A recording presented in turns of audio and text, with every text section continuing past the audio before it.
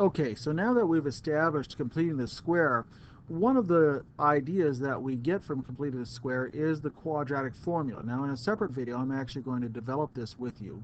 But for right now, take it for granted. If we have ax squared plus bx plus c is equal to 0, if we were to complete the square using our variables a, b, and c, we would find the formula x is equal to negative b plus or minus the square root of b squared minus 4ac, all of that divided by 2 times the leading coefficient a.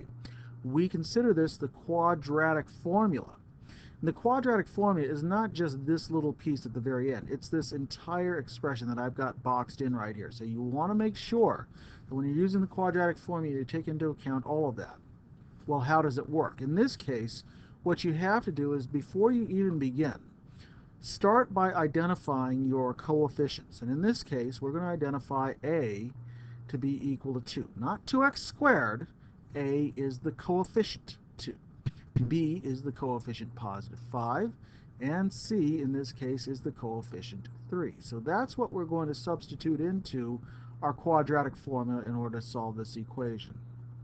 And what we would find is that x equals the negative of b. So in this case, we're going to take the negative 5, and we're going to add to or subtract the square root of b squared. So making our substitutions, b is 5, so 5 squared, minus 4 times 2 times 3, and all of that in one single fraction will be divided by 2 times the leading coefficient of 2.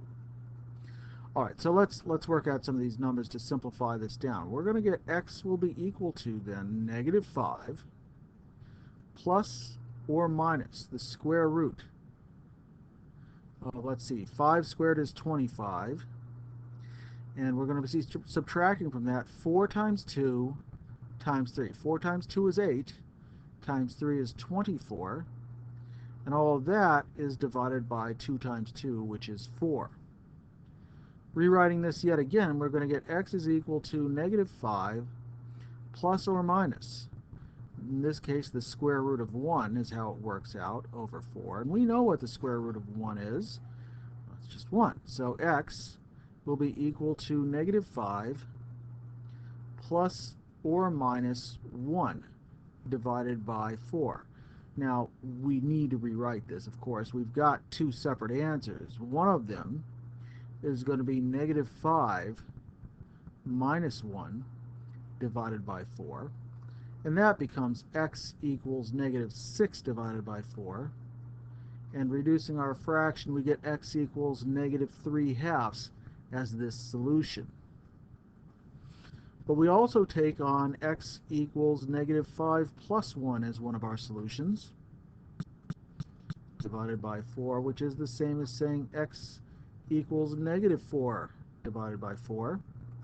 And carrying out that division gives us x equals negative 1 as our other solution. So our two solutions, at least in this case, are negative 3/2 and negative 1. More to come in the next video.